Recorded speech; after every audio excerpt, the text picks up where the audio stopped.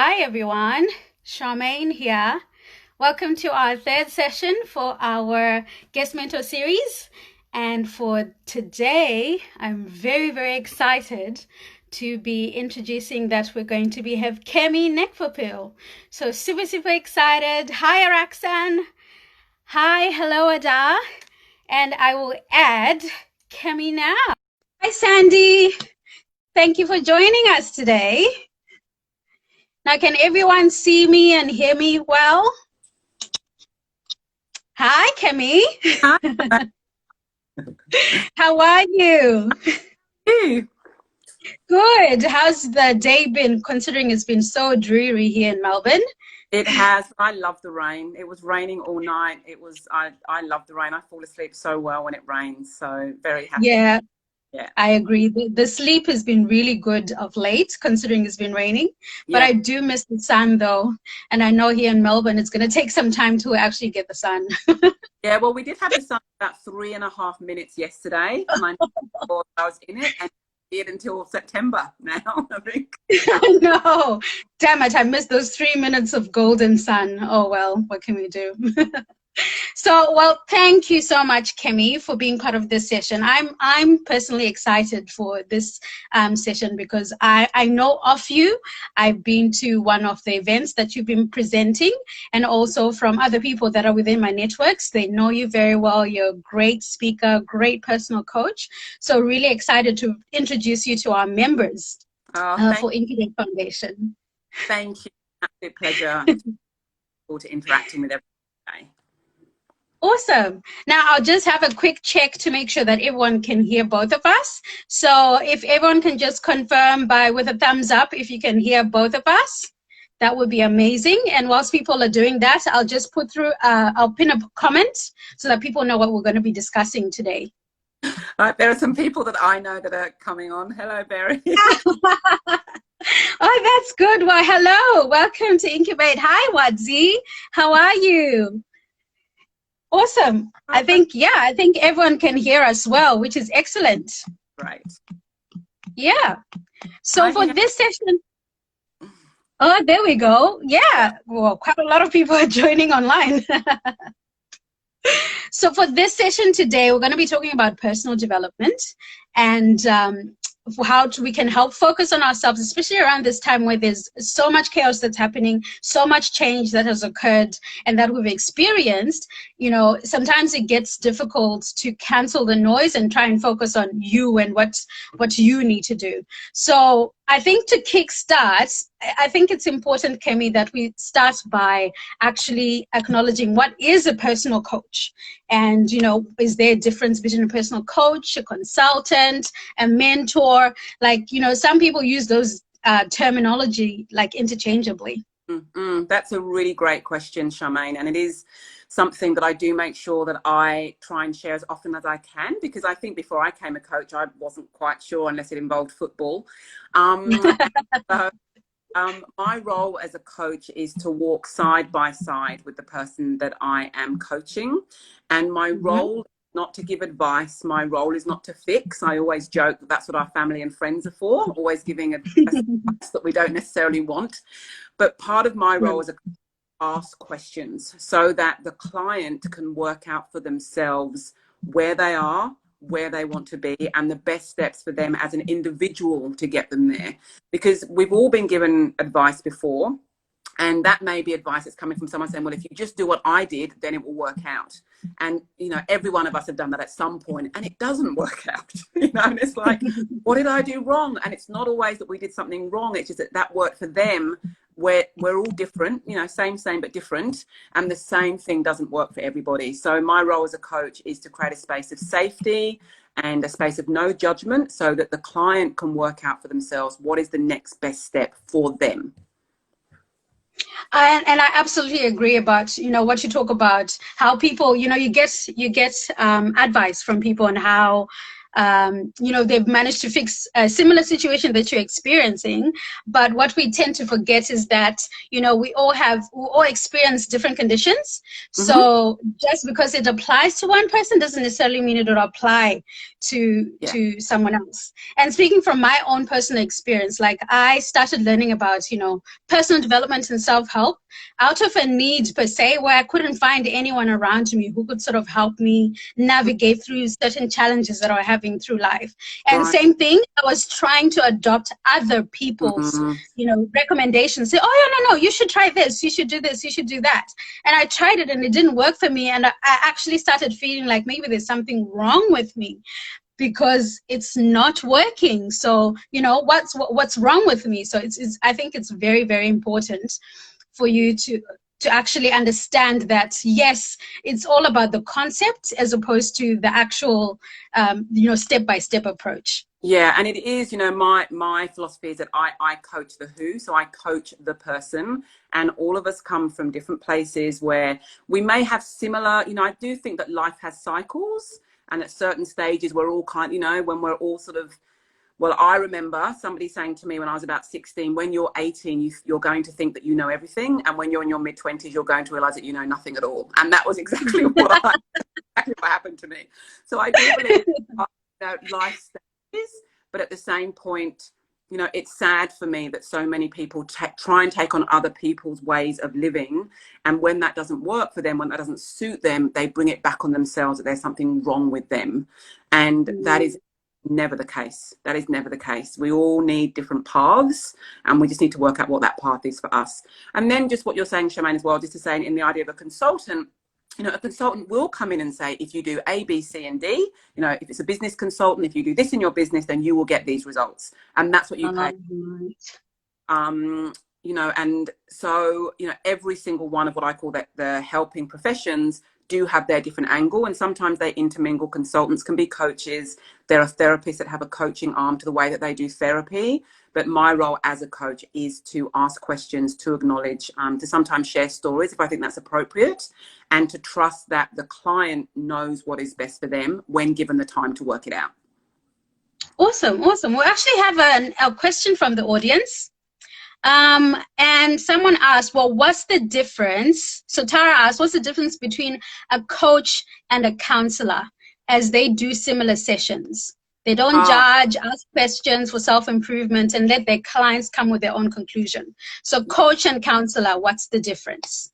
Well, as I was saying, there are some counsellors that do have a coaching arm as well. So they're very much about forward motion. Now, my role as a coach, generally with a counsellor, you can go for, and even me saying this right now, different therapists, different counsellors have very different tracks that they work with as well. But for me, if I'm working with a client and just say that they want to get, very simple, well, they want to get a promotion at work, and then they suddenly realize for themselves, oh, okay, the reason that I'm not putting myself forward for that promotion is because of something that happened to me in my childhood. And I might ask one, maybe two questions about that. But if I feel as a coach that that is something for a counsellor to deal with, so someone that can really be with that person in a traumatic space, or in maybe around addiction, I know as a professional coach, that is not what I do. So then I would suggest that they see a counsellor. I have clients that see a counsellor and see me at the same time.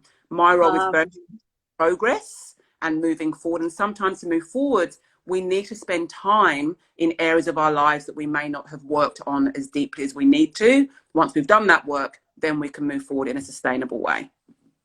I get you. I understand now. Okay, so personal coach is a counselor will essentially help you sort of deep dive into more of the psychological, you know, needs that are required, and then you actually help provide like a practical steps to sort of move on and move forward. Yes, absolutely. So I've had clients that have come to me as a coach, and then they've said, oh, actually, I'm going to go away and work with that particular issue with a counsellor and come back to you when I feel that that's done. And I've also had clients that have been working with therapists and counsellors and I feel like I'm done with healing that area. Now I want to move forward. Now I want coaching. So, yeah. Yeah. Fair enough. Understood. Completely understand. And I think it's also important for people to understand who they are. And that's why, a counselor or therapist will be actually very good to sort of help uncover all those past traumas that you may not realize you've actually had, Yes. or you didn't realize your specific patterns, Yeah. because it's only then, until you know yourself, that's when you'll be able to work on you, because you know what your areas of issues are, and then you can then sort of move forward. Yes, until the next round of issues show up, because that's personal. That's so true. I know, when you said that, someone told you when you're 18, you think you know something, and then you think you know everything, but you don't. I'm 31. I thought I knew everything, and then when I got into my 30s, it was a completely different world. I was like, okay, so it's a continuous learning process. It is a continual learning process. That's right. Well, I absolutely love your podcast, Kemi, because it talks about, you give someone one thing to do, to focus on, and it's not about, 7 steps to get to be a boss, or 7 steps to become this X person. Like, there are a lot of self-help books that are out there. And I remember when we were talking, you said that, previously when you were 18, you had experience about, trying to figure out, what works for you, because for such a long time you thought that, everything else was just set out for you. There's nothing else that you can do to change things. So Yes. tell us more about that experience for you. Well, what it was, I can't even remember how I found the book. And some of the people listening will definitely, watching now, will definitely know this book. But when I was about 18, the book, The Celestine Prophecy, found its way to my hands. And it was the first by James Redfield. And it was the first time that I had ever read anything or heard anything that you got to say in how your life went. So not necessarily that you got to say in what happens to us, because none of us chose a global pandemic, for example, but True. we do get to choose how we respond to the global pandemic and how we want to show up. And I read this book, The Celestine Prophecy, and it was a really big light bulb moment for me. It was like, wow. So certain people in my life, whether it's family, whether it's society, have told me that kind of, this is my lot.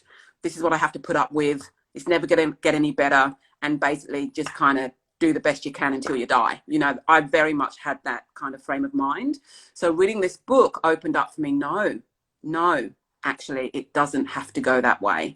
It may be uncomfortable. You may have to let go of things and let go of people and let go of beliefs. You may have to become extremely vulnerable. You may have to go through times of confusion and loneliness. But ultimately, through all of that, which I call growth, you actually can chart your course. That's an interesting way that you framed that, in terms of saying, all the things that, okay, I may experience all these things, I may experience being uncomfortable, being uncertain, a bit of confusion. It's pretty much like what we're all experiencing at present because of this lockdown. Because, we have no idea what the future looks like. We don't know what after all of this has sort of died down, what does that look like? Yeah. So it's an interesting way for you to sort of frame it, as opposed to feeling helpless due to the situation.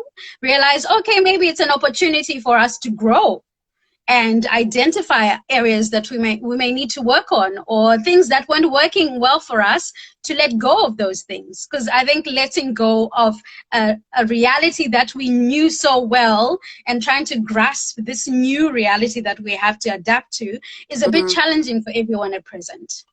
Yeah, and it's really interesting that you mentioned the word helpless as well, and this may sort of jar for some people, but for some of us, being able to acknowledge that we're feeling helpless is growth. Being able to say, I'm scared and I'm confused and I feel lonely and I don't know what to do next is growth. Because we all have people in our lives. And I used to be one of these people that's like, nah, I've got it sorted. Don't need help from anybody else. I can do this on my own. I'm independent. I do not need anything from anyone. And I know Yeah. really lonely. I can see you nodding. That's a really lonely thing to be. And so within this global pandemic, I have felt, especially online, there's a lot of kind of what I call productivity pressure. If you haven't come out of this time having, build an empire or having, the best I don't know, the best body you've ever had or something, then you've wasted your time. There are a lot of people of privilege, you know, that are rushing around doing crazy things. The best thing they can do for themselves right now is rest. And that is growth, to allow themselves to rest, to let go of their identity being tied to what they do, and actually having that uncomfortable feeling of being, of just like, I don't know. And that's interesting. I don't know. You know, that is growth for some. And there are some people like, right now I've got this time. This is time for me to really get into some of the things that I've wanted to do. I've never had time to do. And once again, going back to what we spoke about at the beginning, everyone is different. Everyone gets to do with this time what is going to work for them. I agree, absolutely agree. And it's a bit challenging as well, considering like I know with my culture, so my cultural heritage, I'm Zimbabwean, and with the Zimbabwean culture, not doing something is being seen as, you know, you're being lazy. Yes. And you know, you don't know what to do with yourself. You're going to end up being, you know, destitute, or you actually bring shame to the family by not doing anything. So it's really, it's filled with a lot of anxiety, because I know, like, at the beginning of this whole period, I started feeling a bit of anxiety, because I was like, okay, so I can't do this, I can't do that. There's only certain things that I need to do. And I absolutely know those accounts that you're talking about, where, you know, say, oh, if you are sitting on the couch right now and not doing something with your life, with all this time that we have, you know, there's something wrong with you and everything. And I was like, I felt really attacked. And it actually put me in a weird space at that point in time, because I was like, okay, what's wrong with me? Why can't I find something to do? But then stepping back to sort of say, wait a minute, I actually need time to rest. Because I then started reflecting on my previous years, how crazy busy I was. And I'm like, have I actually taken some time to focus on me? I've been focusing on everyone else. I've been focusing on work. I've been focusing on family and friends. I've been focusing on, you know, other things that I need to do. But have I actually taken time for myself? And that's when I realized, actually, I don't think I've actually made a plan to take care of me. And that's something really difficult, especially for a culture that focuses on community. Yes, yeah, that's very true. And I think that's the thing, is that in the space that we've had, which has been challenging for some people, because when we're moving all the time, when we're constantly on the go, we do not have access to how we're feeling. You know, you actually need quiet. You actually need stillness. And when we actually, if you look at even this idea of meditation, so many people sort of say, oh, I can't do meditation. Like, I just can't do it. There's lots of different forms of meditation. You know, meditation can be gardening, it can be walking in silence, it can be watching a dog play in a park, but it's that opportunity to be with your own thoughts and being able to access them. And because that's part of knowing yourself, it's like, how do I feel? One of the reasons that I have a strong meditation practice, so I can check in with myself in the morning, like, how do I feel? How do I feel today? And does that mean I need to sort of stay away from that person? Does that mean actually this isn't a day for me to create that thing that I thought I was going to do? What is it that I feel? If I can access that without judging it, then I get to be, you know, okay, this is how I feel. And it doesn't always, my feelings don't dictate every single action, of course, but it is important to know, I think, how we're feeling and how that's going to impact how we move through the day. I absolutely agree. And it's funny, we had a comment from someone who said, can you please invite all African parents to this live? I think that's definitely another added pressure, because, again, you know, we have parents who are overseas who have probably, like, a lot of our members are either, you know, international students or students who've just migrated to Australia. So most of their family are overseas. And so, you know, it's a lifetime achievement for you to actually be here. Let alone starting to think about yourself, is almost feels like a disservice and a dishonor to your parents, because you think, oh, my parents, you know, put all these things for me to do, and now I'm here. What am I doing? What am I supposed to do? And that's all pressure. And sometimes you need someone to tell you that it's actually okay to think, to think for yourself, and think about yourself, and the taking care of yourself. Because at the end of the day, if you're not your best, you're not going to be the idle child that you're thinking that you needed to be, because you need to be in the right mindset and mind frame. Yeah, and I think it's interesting. I was talking actually to my mother. She's in Nigeria, so my heritage is Nigerian, and I was talking to her, I think a couple of weeks ago now, and I sort of said, "Mummy, what are you up to? How's it going for lockdown?" And she said, "I'm fine." She said, "I'm walking around the compound." She said, I'm trying to pick up so my mum has this goal. So I think at that point she could walk around the compound 20 times in the day. It's quite a big compound. And for those that don't have African heritage, a compound is a house. And they have quite a big compound. So she's kind of walking around it in laps. And she was hoping to she said, "I'm hoping to get to 100 by the time the pandemic is over." So with her over the weekend. So even within lockdown, she sort of still has that goal. But look, it's an interesting thing. As a parent myself, I have a 14-year-old girl and a 16-year-old boy. Our parents have the best intentions for their children, but it doesn't mean that they're right. Wow, can you please say it louder for the people at the back? As a parent, I can say parents have the best intentions for their children. It doesn't mean that we are always right. You heard it. It's not my words. That's Kemi, who is a parent, who is admitted to all of us that that's the reality. And it's true. I think, like with parents, well, one thing that I've realized with my own experience with my parents is that the best way that they can raise me is based on the toolkit that they were provided by their parents. So my parents grew up in a colonial country. And obviously it was about survival. So when they were parenting me, they taught me survival skills.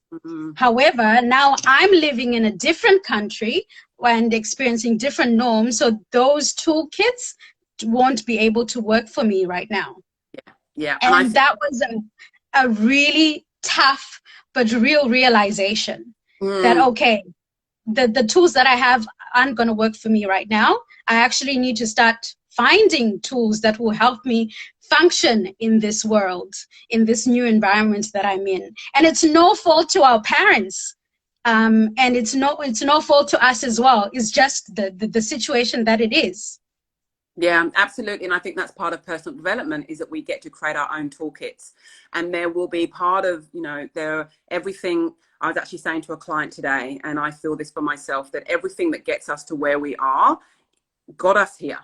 But doesn't mean that that's going to get us to where we want to go. So sometimes we're going to have to empty the tool belt of tools that we don't need and put new tools in there, whatever they are. And then sometimes they have to go, and we have to bring back some of the old tools, because we do need to survive through something, through a crisis, through a personal challenge. But I'm always talking about build your toolkit, build your toolkit. We can't have too many tools, and they're not the same for everybody. Meditation does not work for everybody. It doesn't have to. Nor does yoga, nor does gardening, nor does running. These are things that I love. I don't expect other people to love the same as me. But I do think that one of the biggest gifts that we can give ourselves in terms of self-care and personal development is working out what are the tools that I need so that I can navigate this life. Yeah, I absolutely agree. And one of our viewers, Dee, actually said that statement has fixed my mommy daddy issues when knowing that they're not always right, which is so true. And I'm expecting my children very soon, probably in the next 2 or 3 years, to tell me all the things I did wrong. So until I would just keep the best of intentions. And what I hope to be able to say to my children is, your father and I made very conscious decisions around how to parent you. Some of them will have worked, some of them haven't. Go and find out what works. Go and find out what. Yeah. Wow. And I know, well, sometimes for African parents, it's really difficult to admit that you're in the wrong. And knowing that and acknowledging that, I think it's good for us to acknowledge that sometimes you won't always get the apology, or you won't always get the explanation. But being mindful and knowing that, okay, this is the situation, this is the reality. How can I make it work for me? because yes, some of the tools that they provided me, they've allowed me to be at the state that I'm in, the experiences that I've had. They taught me all these different things that I'm now applying. So it's like, okay, so what else can I do for myself? Yes. What works best for myself? And Kemi, I'm thinking about, we were talking about building your own toolkit. When you talk to people that you coach, how do you help them build that toolkit for yourself? Well, they build their toolkit, they build their toolkit. So I'm really excited to ask that question, but I actually do want to say something, just finishing off the parent thing, because I do remember once I started my personal development journey, I was in maybe my mid-20s, and I sat my mother down, and I wanted to have this very open conversation with her about what I'd learned and my personal growth and all these sorts of things. And I remember having this conversation with her, and her response to me was, you're my first daughter. We have no problems. That was it. At that moment, I realized three things. First of all, she is an African woman that was born in Africa. I am an English woman with African heritage. We have completely different lifestyles. So that was number one. Number two was, she is so clear. For her, the fact that I am her daughter means for her on a kind of deep spiritual soulful level that we could never have any problems, because I am her daughter, and that is it.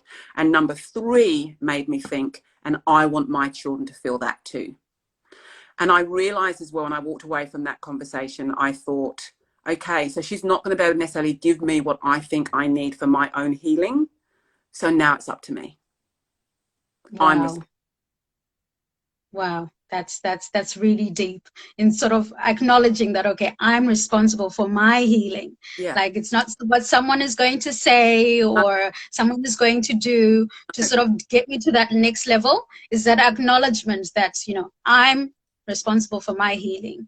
I can't control what other people can say or do to me, but what I can control is my reaction to it.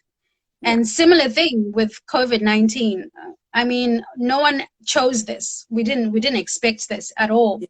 Like, literally, like 3 months ago, we were all fine. We didn't have any issues. It was a situation, a minor situation that was at some part of the world, and all of a sudden it came into our world. Mm-hmm. So yes, we didn't choose this. We didn't choose to get made redundant or have reduced working hours or working from home. We didn't choose that. Mm-hmm. However, we can then decide how to react towards that. Yeah. And, be able to sort of move on and move forward. Yeah, absolutely. And sometimes reacting is like just going to bed for a couple of days. Yeah. Yes. What I did, I was like, okay, I need to just get under the duvet and just, I just need to hibernate for a bit and just stop and that's what I need to do to kind of collect and gather myself. Now, there would have been a time when I would have seen that, as you were saying earlier, I would have seen that as weak and lazy and get yourself together. I see that as one of my biggest strengths, that when I know that I need to retreat, that I retreat. Absolutely. Absolutely agree. If anyone has any questions, please feel free to put through in the comments. We'll be happy to address them here live with Kemi. So do take the opportunity to ask any questions that you may have. I know there was a question earlier. I'll just quickly find it. And it was in relation to hair. I'm happy to answer any questions about hair if anyone's interested. Someone was actually asking about your coaching sessions. Yes. How long do they take? How much time is required? How does that whole process go with personal coaching? So different coaches work differently. My sessions are 45 minutes. I don't do one-off coaching sessions. Some coaches do. I don't believe that they are as powerful as having momentum and creating a relationship with a client. So the minimum coaching sessions that I will do is 3 sessions. There's a session called a discovery session at the beginning, where we sort of see if we're a good fit for each other. And then from there on, we decide if we're going to work together and how that would look moving forwards. But to be honest, one of the best ways to understand how a coaching session works is to listen to my podcast, the Shift series, because that is me giving an essence of a coaching session, how I ask the questions to the client. I always give an idea of who the client is and what they're struggling with or what their goal is. And then me asking questions, how they reveal to themselves. Now, I need to share as well that I have my own coach, because I know the best coaches have their own coaches, because I know how powerful that relationship is to have a safe space and a place where you're not judged. Now, I love my husband. I have a great husband. I have great friends, but it's a different space with my coach than with any of those people. And one of the reasons that I really appreciate that is because we've actually been working with my coach now for 3.5, nearly 4 years. And as I have grown, she has grown with me. And there's something very special about someone being able to be there for you for over a long period of time that doesn't have an agenda for you. Yeah. Amen. I absolutely recommend people to have a personal coach. Even if you can't have a personal coach and you can't afford, because obviously there's paid services that are available. A mentor is also a very good alternative, where they may provide, even though it'll be not as direct and as specific, but I can speak from experience. I've had a mentor who's been with me for actually coming to 9 years, and we met by chance. Yes. And that person has helped nurture myself personally as well as in my career. Yes. And it's as you said, you want to be in a space where you don't feel judged. Yeah. Where you can sort of go to this person and then just talk about things that you're concerned about or you're unsure of. And I'm a person who thinks out loud. I think my assistant Linda knows this. Anytime that I'm thinking of something, I'm like, okay, Linda, I need to talk to you and say it out loud so that I can then make sense of it. And it's a good sounding board to have. Yeah. And no, go ahead. Oh, no, I'm going to say that for me as well, is I also have mentors. You know, I have a coach. I also have mentors. I have friend tours.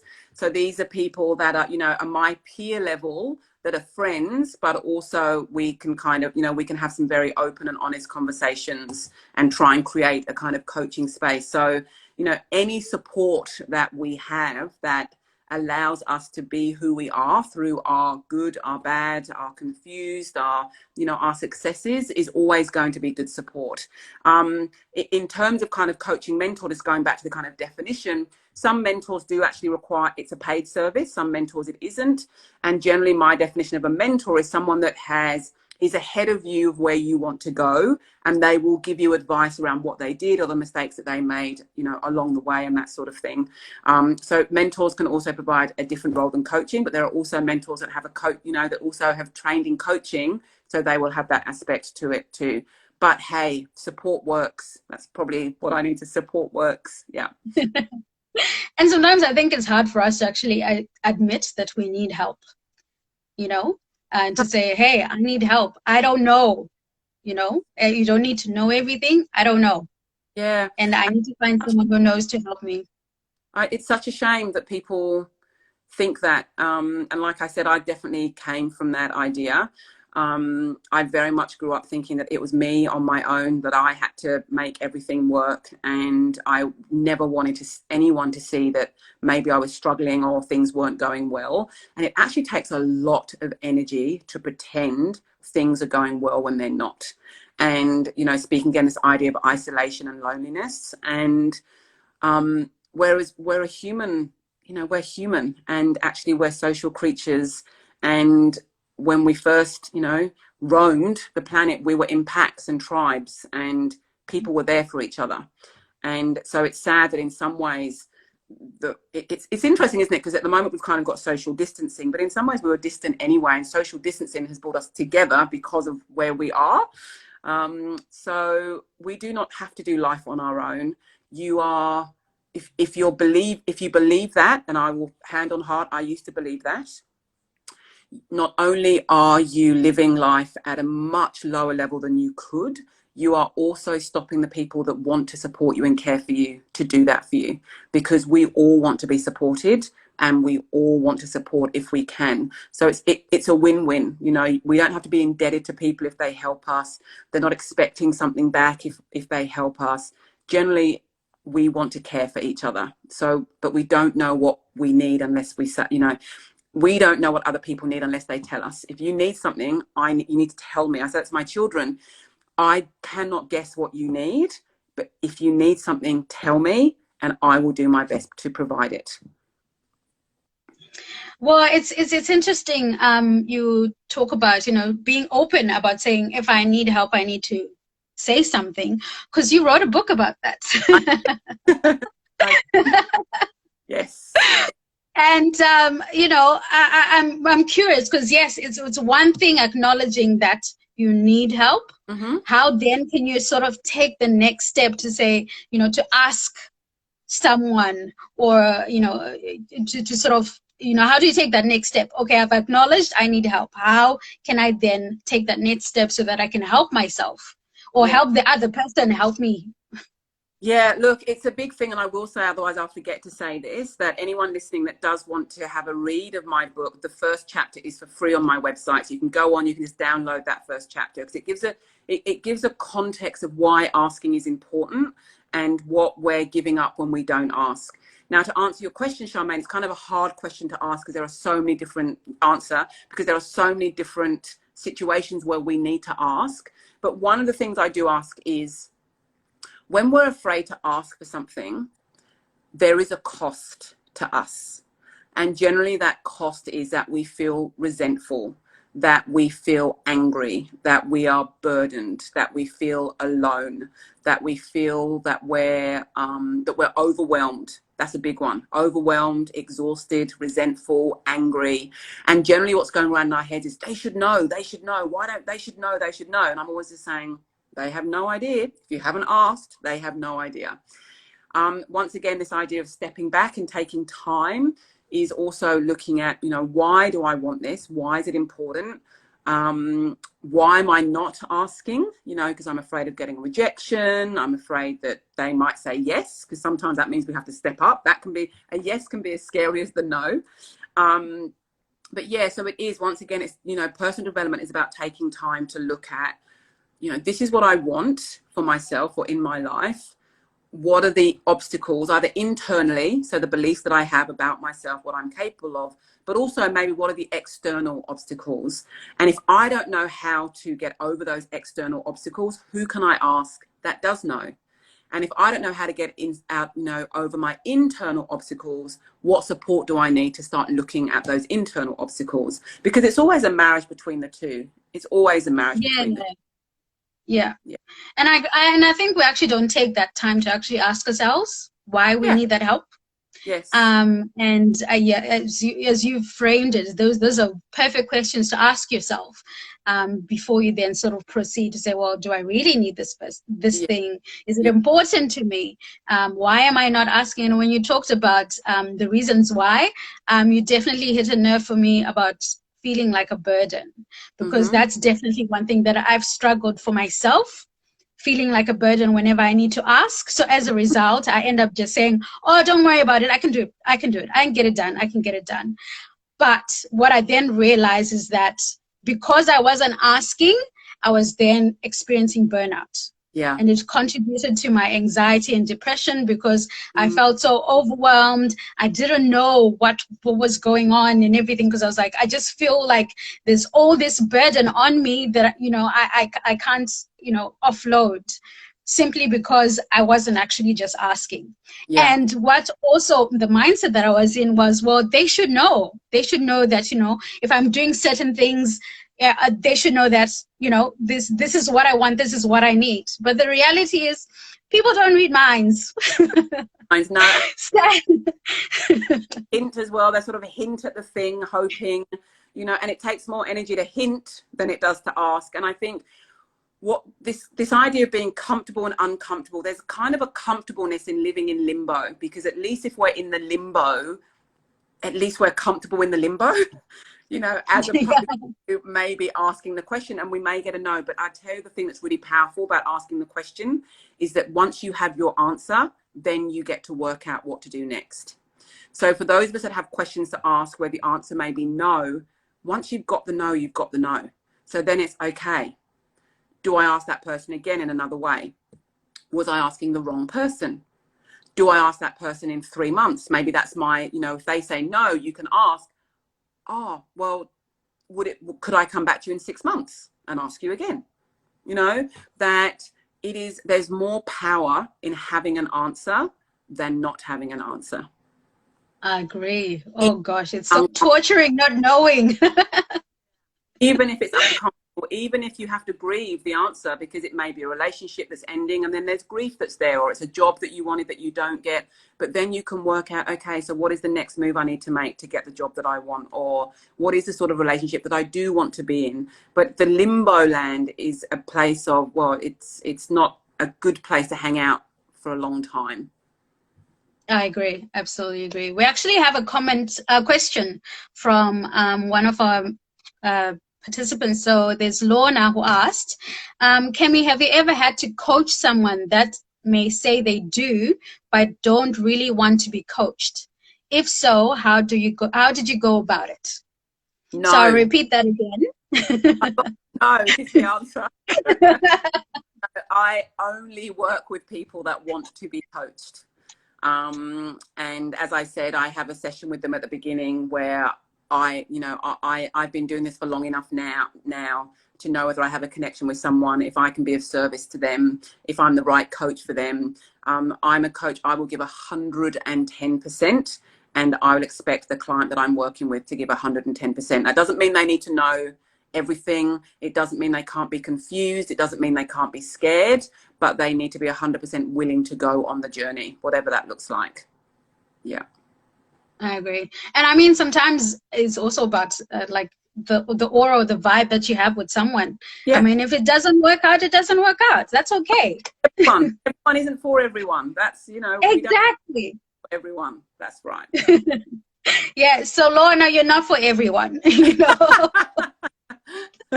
Work with people who want to work with you. There's someone that I can just see here that's Hertfordshire Hedgehog, and the reason that just caught my eyes because I used to live in Hertfordshire, so I'm curious to know who Hertfordshire Hedgehog is. A very long word, but anyway. Reveal yourself, Hertfordshire Hedgehog. Any other questions, people? Please feel free to put through in the comments. We're talking about personal development. We touched about, asking. Sometimes it's really difficult to ask and even not knowing what to ask for. So Kemi gave us some really good tips to sort of like ask yourself, do you need this? Why do you need it? Why is it important to you? Who do you need to approach? How can you ask? That is Lucy from Berkhamsted in the UK. Wow, welcome, Lucy. Hi, Lucy. I used to live in St Albans, and I used to go to college up the road. So nice to see you. I know Berkhamsted well. I think there was a club in Berkhamsted, but I digress. I think there was a nightclub. Lovely to see you, Lucy. Hi. We have another question from Helen. So Helen actually asked a hair question. Said, speaking of hair, I'm having problems with falling out hair, and some tips would be greatly appreciated. That is very funny. That is a funny question. Yes, as you can see, I don't have much to say about hair. That is not in any way my area of expertise. So, but I'm sure there are people that can help you, but I'm not that person. I'm sorry. Well, I can tell you, Helen, just like with personal coaching and personal development, you do what works for you. You find out what's right for your hair. It's not always good to go with all the trends. That's one thing that I definitely learned from my own experience.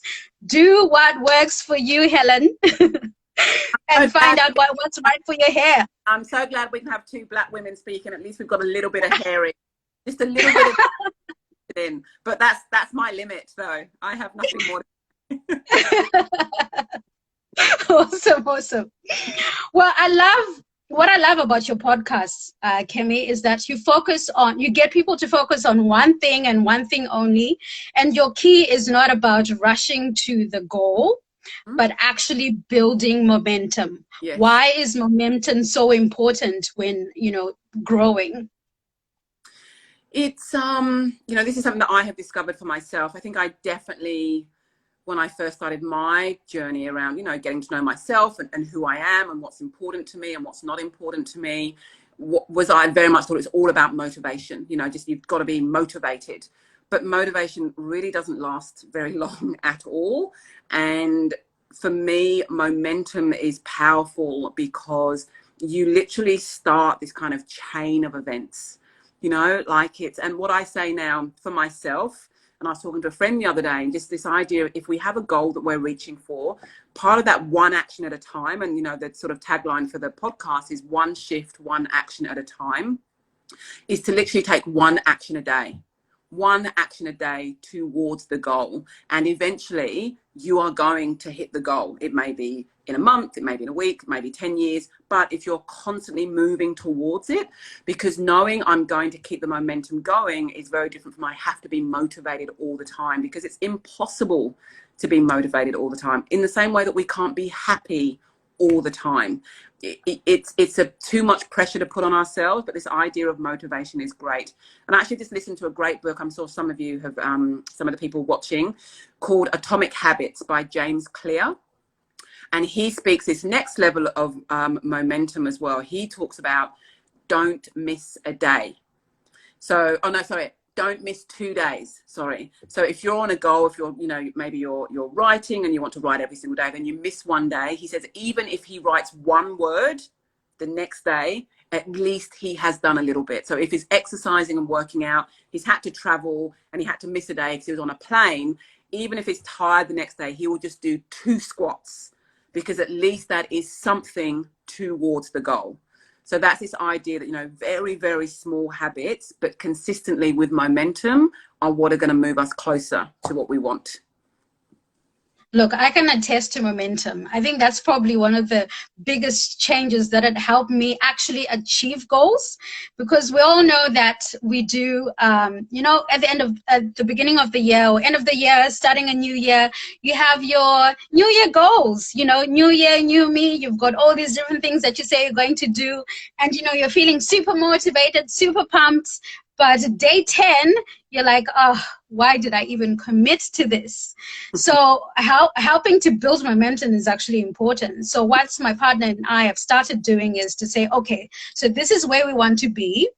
So if this is where we want to be, what are the actions that we need to take every day for us to get there? Yeah. Because at the end of the day, that means actions that no matter what, whether we're feeling happy, sad, frustrated, whatever emotional situation that we're in, we're committing to say, this is what we're going to do. And every day is just doing those small things. And bit by bit, over time, you then realize that, oh, wow, actually, I can do it. And as they say, it takes about 21 days to form a habit.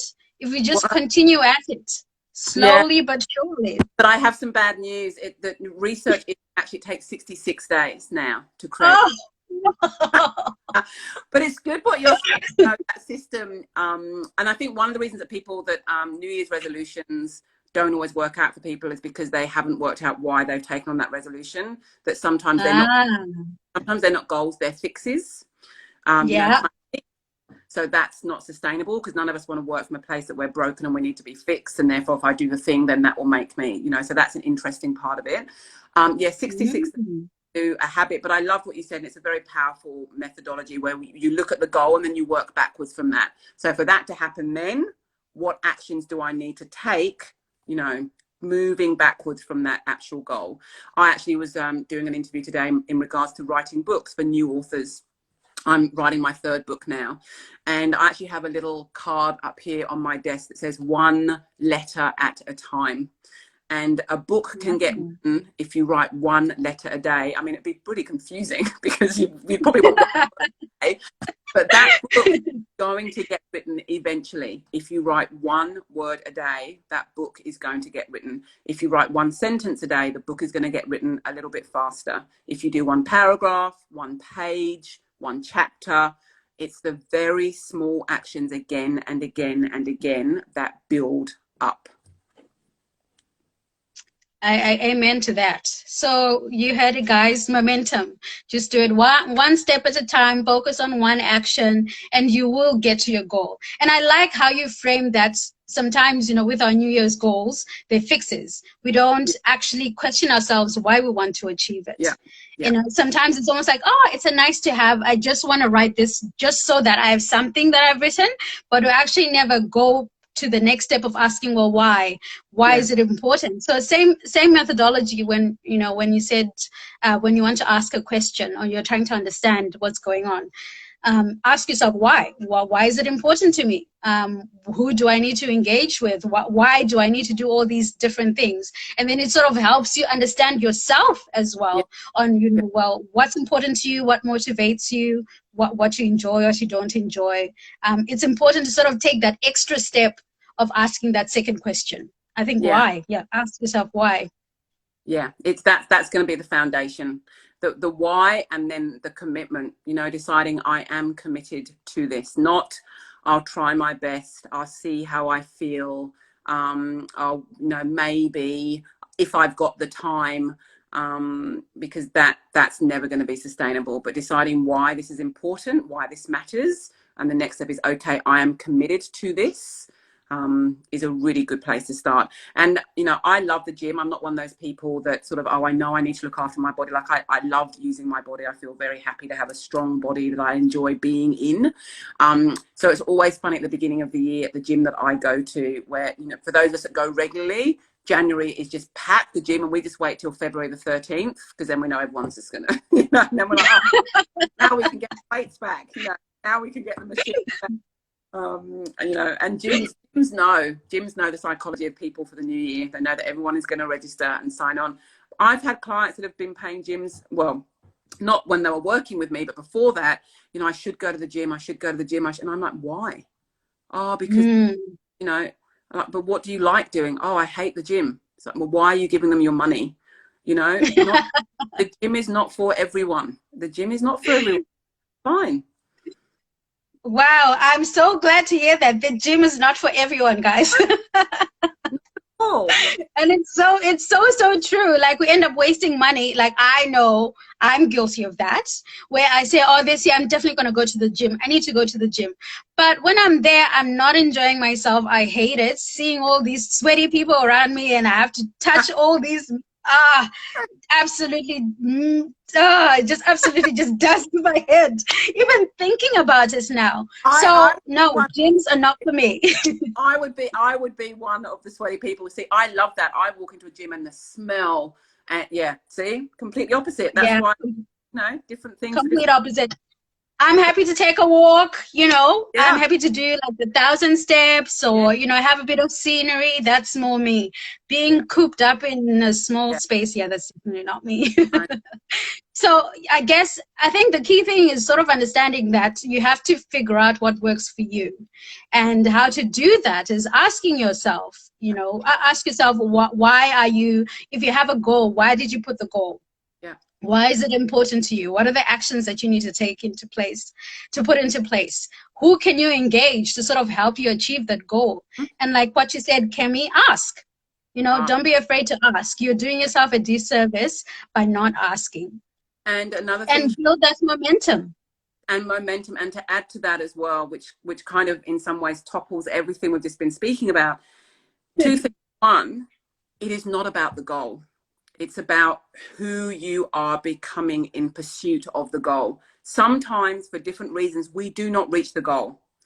And if we only fix on that final outcome, we act, and it's such a cliche, but I believe that cliches are true, that if we're only going for the goal, we're missing all of the growth. We're missing all of the progress that we've made along the way. Those little things like, I never thought I would ask that person for that thing, and I just asked them, and no, and I was okay.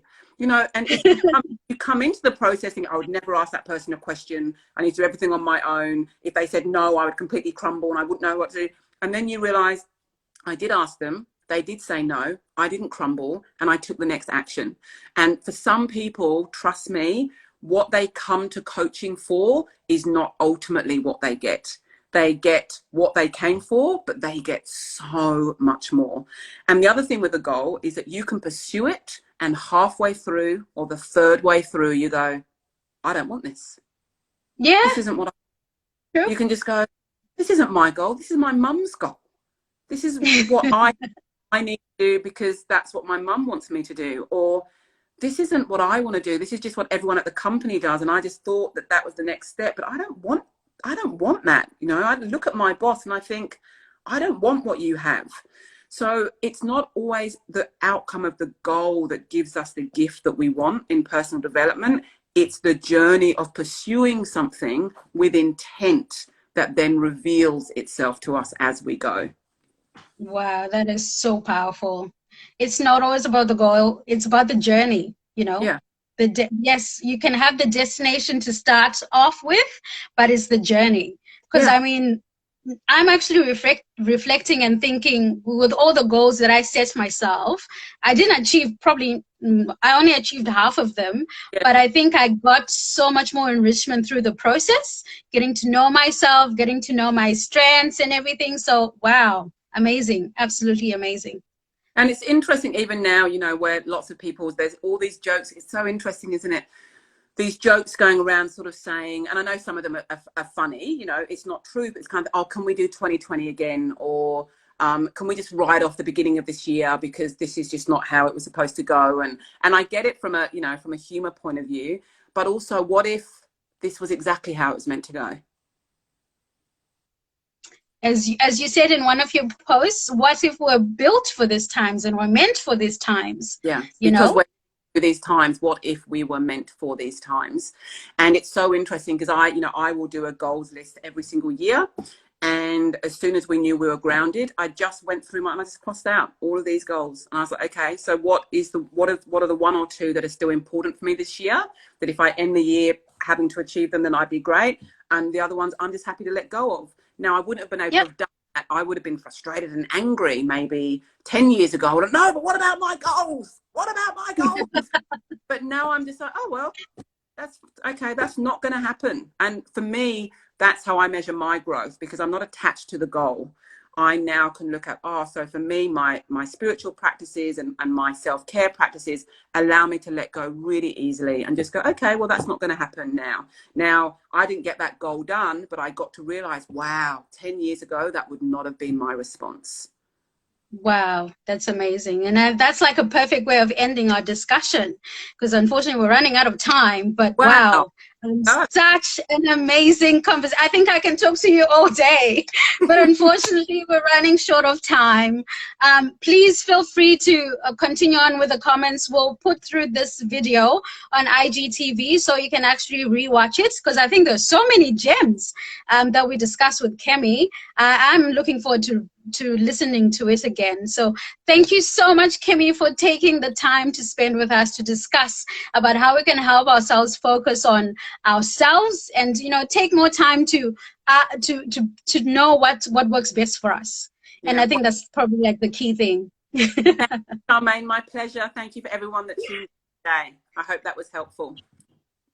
Thank you, everyone. I know we're running out of time, but please let's continue the conversation in the comments, and we'll see you next week for another session, which is going to be on job readiness. And so please, same time, same place next week, 6 p.m. Australian Eastern Standard Time as an IGTV. Thanks, everyone, and have a good night. See ya. Bye. Bye.